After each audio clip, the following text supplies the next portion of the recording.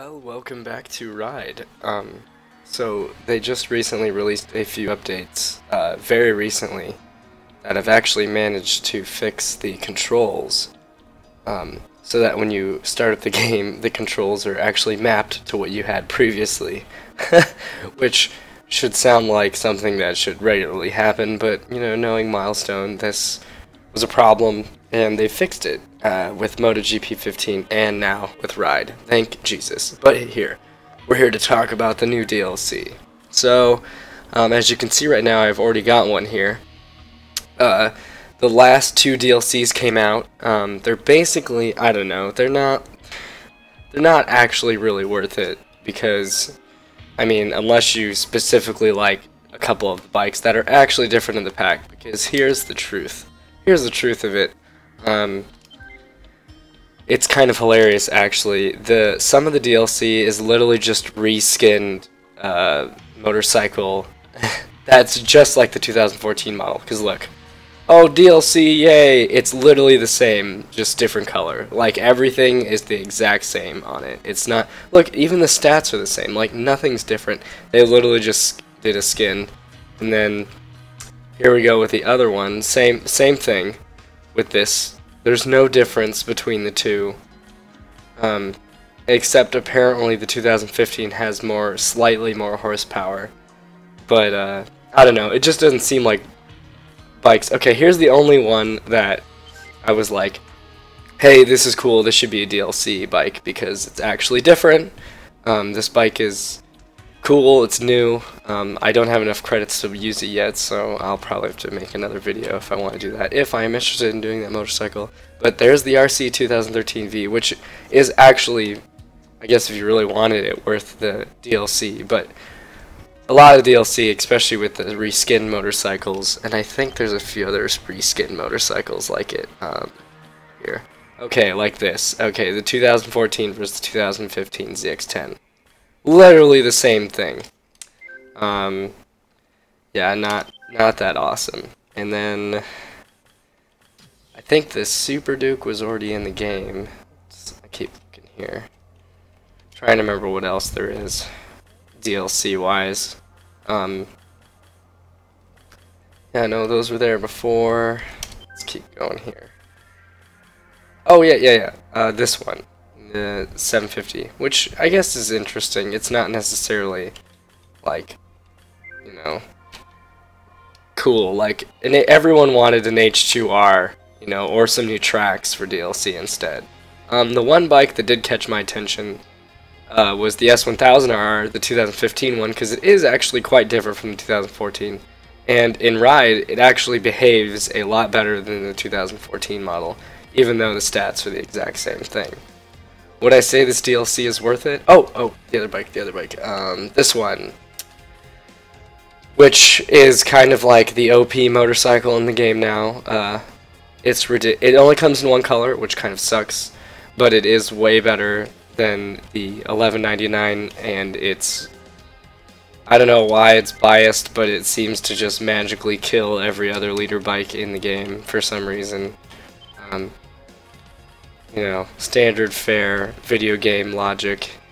Even though I feel like, yet again in real life, they would be a lot closer to each other than you think. Anyway, so I've still been playing Ride. You know, it would have been really cool to have tracks, like new tracks like the Isle of Man and stuff. But you know, of course, that's never gonna happen because those are things only in our wildest dreams. But at least there's some new bikes to play with for those season pass holders.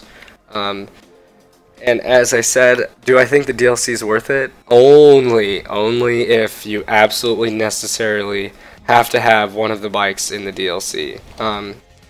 But if you actually think about it, in the actual DLC, there's like several bikes you get. But like I said, I pointed out the ones that were reskins versus the ones that weren't reskins. Like this one, it's not a reskin. This is the fully upgraded 2015 S1000. I actually really like it. It's probably my favorite bike in the DLC. Because I really doubt you can modify much on the RCS. I'm just going to throw that out there. A lot of times with the DLC, like the new R1s, you can't change the exhaust, which creates a huge difference in the horsepower. But anyway, this bike's here. It's really cool. So let's go ride it. I'll go through the upgrades real quick just so you can get an idea. It's kind of nice. This bike is one of the few in the DLC that actually feels like they put some effort into. They put it together pretty nicely, so there's lots of choices, as you can see here, of exhaust. They even threw on these guys, which is kind of cool. Like, you hardly see those exhausts in the game if you want it, or you want them. There you go. See, there's a lot of choices with this bike, which I appreciate. Also, something new on this bike in particular, look.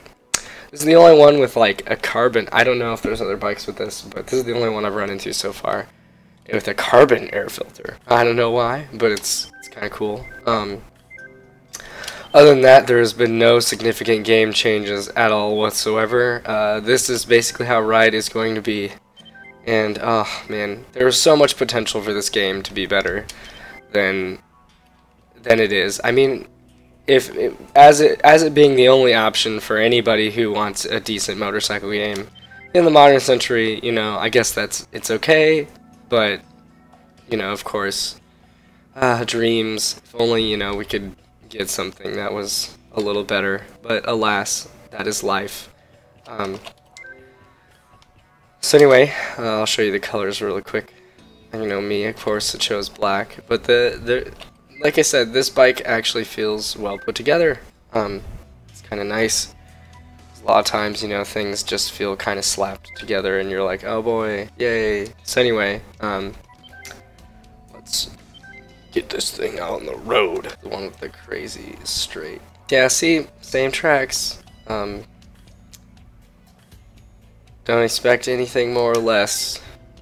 This is what we get for the rest of time. Here it is. The BMW in all its glory. Not bad looking. I guess it is fairly similar to the old one, but it does look different to me. Different enough that I'm like, okay, I'll actually appreciate this. And not be like, oh man, this is a reskin, like that freaking, like the CBRs. Like, come on, seriously? You gotta be kidding me. So, let's get to it. I think they also fixed the graphics a little bit. I don't know. I still get a little bit of slowdown once in a while, but it's not bad. As with all the with many of the leader bikes in this game, this suffers from if you have wheelie control. Oh Jesus! I already died. I'm the best player in the game. Yeah. All right. Who cares? This is just a practice. So anyway, it suffers from that magical first gear wheelie problem if you have traction control turned off. Oh man, it's been a while. See how rusty I am. A fun thing to know though is that I recently did a track day in real life. I learned a lot about just really, it was really cool. Probably one of the funnest things I've honestly ever done. Oh man, I suck right now. I'll get better. Don't worry. I'm just rusty. But anyway, ironically, I guess apparently it doesn't transport over and ride. Also getting a little bit of frame rate issue. That's okay. But they've improved. I think they released one patch. That's probably all we're gonna get. That at least made this feel like a game, and apparently they like re-released it.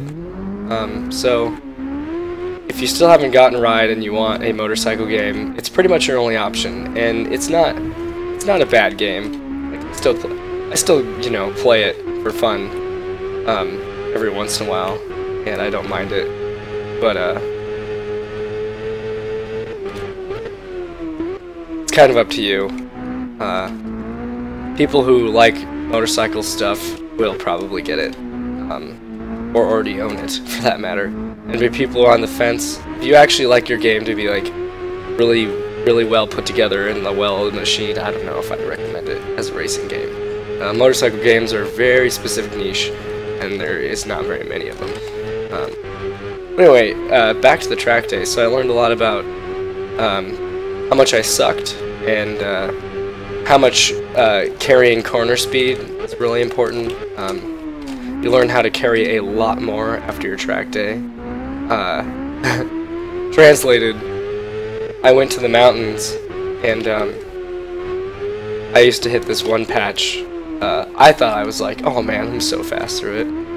After my track day, I didn't even hit the brake, not even once. Like, I always used to hit the brakes right before I went into a corner, and after my track day, I just punched it through so many, and I was like, well, I don't know if this is a good thing or a bad thing, because I was like way faster, unbelievably faster, to the point where I was like, holy crap, this is like, I'm treating this like a track, which was not recommended, but it was really cool to see that, you know, my skill go up, and by no means am I anywhere near as good as some of the people I saw on the track day, but I did get my knee down, which is saying something, multiple times actually, on my old motorcycle, which was really cool. If only I could ride this BMW in real life, I think I'd be in heaven. But for now, as a poor person, ride's a perfectly good alternative. And when I'm sad and I don't have, my motorcycle's not nearby or whatever, I can just play this game and feel a little better about life, which is nice. Like I said, the graphics have been working good. I don't know what it's like on Windows 10. That could be a different story. You know, you never know. I did return on the high-res textures, and the game's been playing just fine. So, I also readjusted my riding style to try to represent more like I was on my track day, and I actually prefer it over the ones I've created earlier. It's not like a super excessive leaning riding style, it's like a more moderated one, I guess you could say.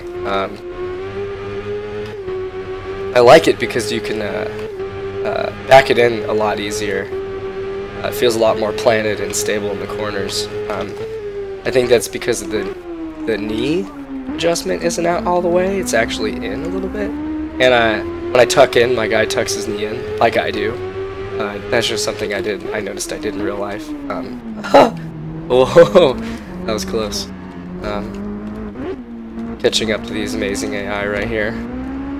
Look at him go. Oh. Going wide. Saw that suspension working real hard at the end of that corner. That was kind of neat. So even though people give, you know, Ride a lot of shit, it's like, I mean, oh, how did I not? For being a motorcyclist's, you know, only option, it's not bad. Oh, second, that's okay, that's okay. I went through most of the race without crashing, and I haven't played this game in a little while, so. This corner always puts the front end up. Oh yeah, here's the internal view. A lot of the new bikes I noticed have like that weird kind of flickering on the dash for some reason. Don't know why. Or on the windscreen. I don't know why it's like that, but